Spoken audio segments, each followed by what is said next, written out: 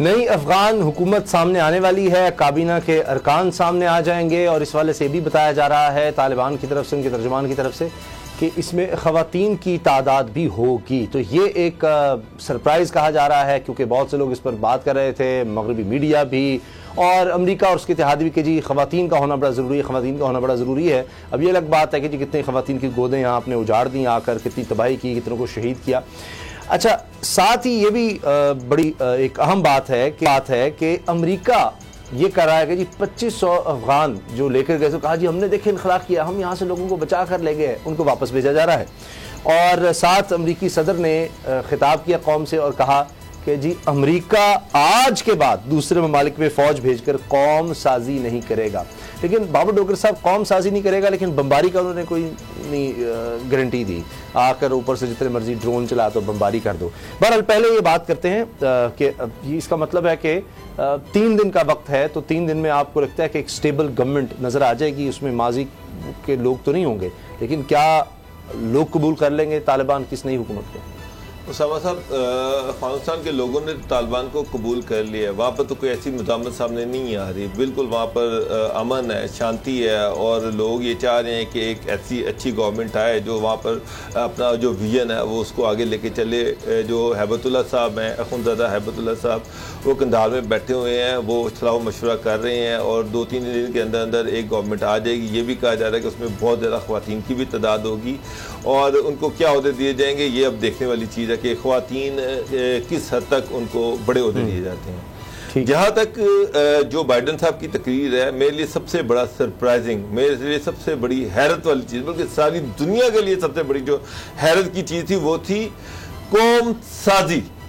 उसामा साहब, 20 साल में अमेरिका ने अफगानिस्तान में कौन सी कौम साजी की है?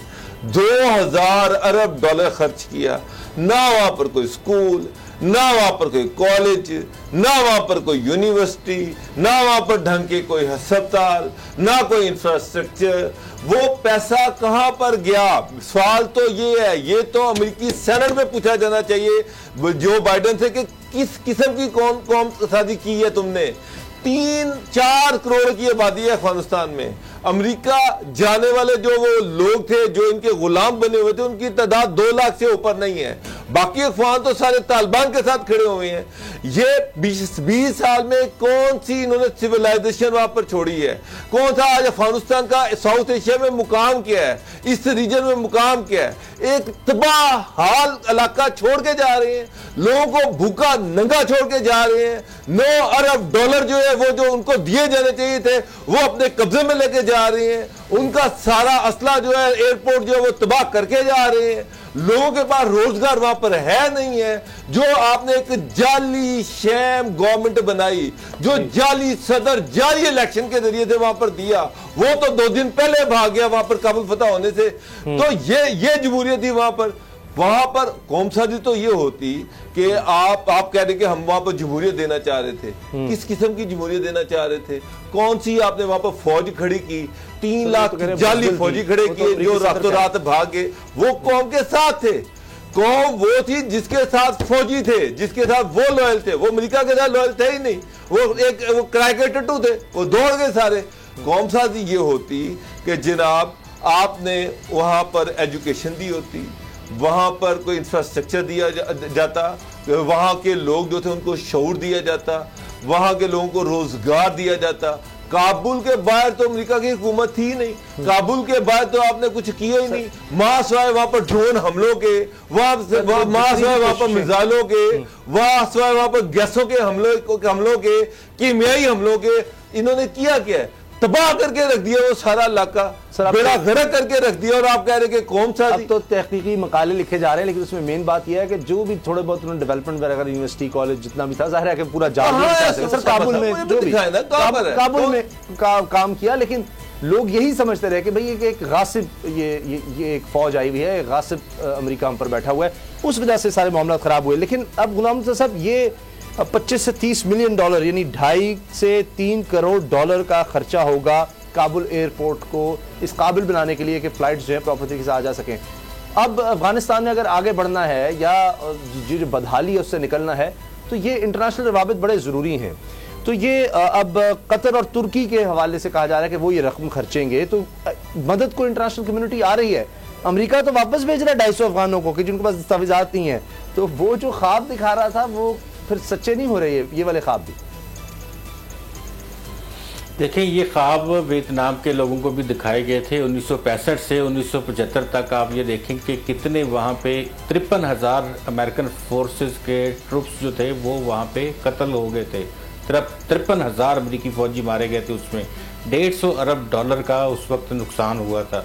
और आप अंदाज़ा करें कि वहाँ वियतनाम के जो बाज़ार थे, उन बाज़ारों में वर्दियाँ, उनके बैजेस, अमेरिकन फोर्सेस के बैजेस, बूट, जैकेट्स और टोपियाँ, वो सवीनियर के तौर पे आप लोग जाते थे सैर करने और वहाँ से सवीनियर के तौर पे वो उधर से ख़रीद के ला सकते थे।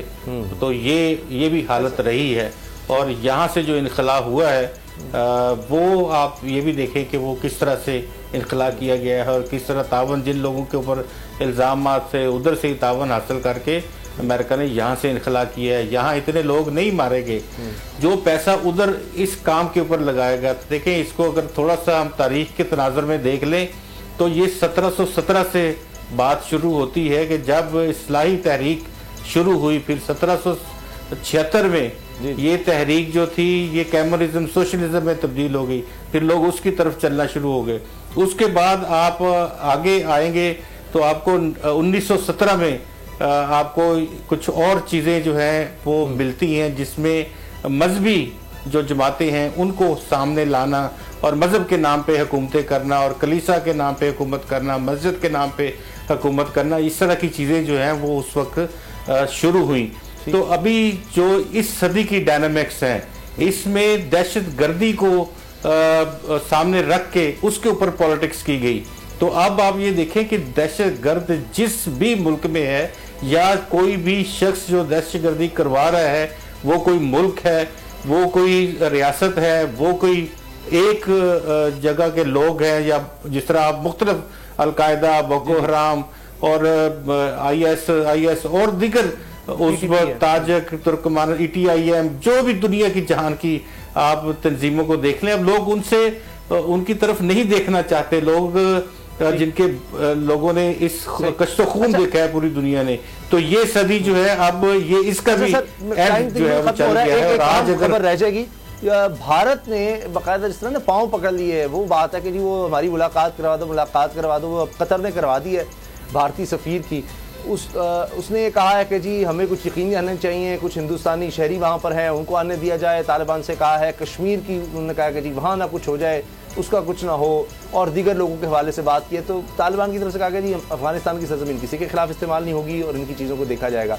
ये एक अच्छी पेशरफ्त है कि अब भारत को ख्याल आ गया कि जी दहशतगर्द नहीं है तालिबान, दहशतगर्द हैं। जिनसे मुलाकात की है ना, जिनसे भारतीय सफीर ने मुलाकात की है, वो भी भारत में काफ़ी अर्सा रहे हैं, उनके ज़ेरे असर रहे हैं, वहाँ को पढ़ते पढ़ाते भी रहे हैं। अच्छा। कुछ और भी उनके ताल्लुकात वहाँ पे हैं। तो ये कोई ख़ास अहमियत की मुलाकात नहीं है और ना ही ऐसी कोई यकीन दहानी अफ़गान तालिबान की हुकूमत की जानिब से करवाई गई है। हुकूमत फार्म होगी, प्रॉपरली वो देखेंगे कि किस मुल्क से किस तरह का ताल्लुक़ रखना है, तो वो इसका फ़ैसला खुद करेंगे, ना कि उनके सुफरा जो हैं वो बाहर बैठे हुए वो अपने ताल्लुकात की बेसिस पे फैसला करें। बाबर साहब, आखिर में ये भारत को अब होश आ गया है, वो कह रहे हैं जी बड़ी गलती हो गई, हम दहशतगर्द कहते हैं तालिबान को। अब्बास तानकदरी जो है वो बहुत अच्छा, काफ़ी अच्छा इंडिया में रहे हैं, वहाँ पर उन्होंने एजुकेशन भी हासिल की है, उनका इंडियन पॉलिटिशियन के साथ लायतान भी काफ़ी अच्छा है।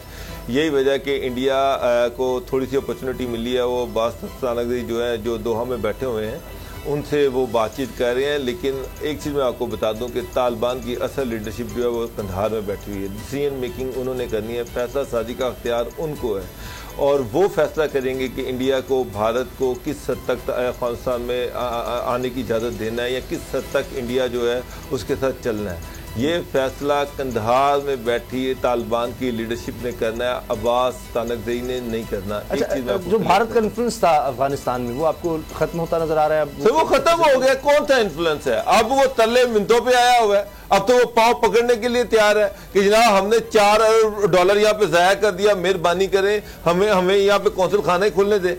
वो तो अब तो उसके पास कोई मुंह ही नहीं है। सब्सक्राइब करें और बेल दबाएं ताकि कोई खबर रह न जाए।